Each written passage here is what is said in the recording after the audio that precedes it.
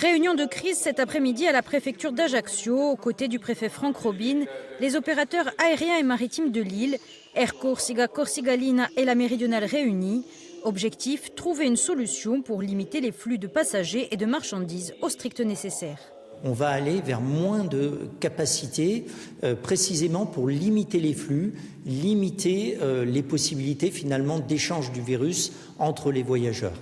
Donc concrètement, les compagnies de transport aérien, que ce soit Air France ou que ce soit Air Corsica, ont préparé cette réduction de l'offre qui va être très importante. Et l'objet de la réunion d'aujourd'hui était de voir quelle offre minimale va être concernée, comment on peut réduire cela et puis surtout comment on peut le faire très rapidement. Car le virus progresse à une vitesse très inquiétante en France et la Corse n'est pas épargnée. Cet après-midi, l'Agence régionale de la santé a fait le bilan du jour. 2 nouveaux décès sont à déplorer. 11 nouveaux cas positifs ont été enregistrés en 24 heures, dont 9 en Corse du Sud.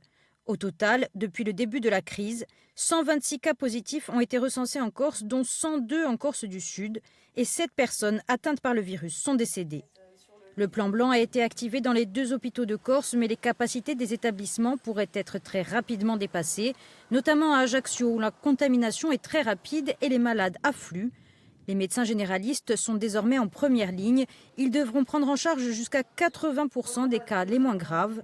Ce matin, le docteur Antoine Grisogne a lancé un appel à la population. Nous montons en puissance, nous espérons pouvoir contrôler l'épidémie, la lisser sur le temps, mais sans la participation des populations, nous n'y arriverons pas ou plus difficilement. Il faut vraiment respecter les mesures barrières. Si vous sortez, ce ne c'est que pour des raisons impérieuses, urgentes, et si vous le faites en petits groupes, respectez les distances de sécurité, respectez le lavage des mains, respectez le fait de tousser dans votre coude et ne sortez que si vous y êtes vraiment obligé.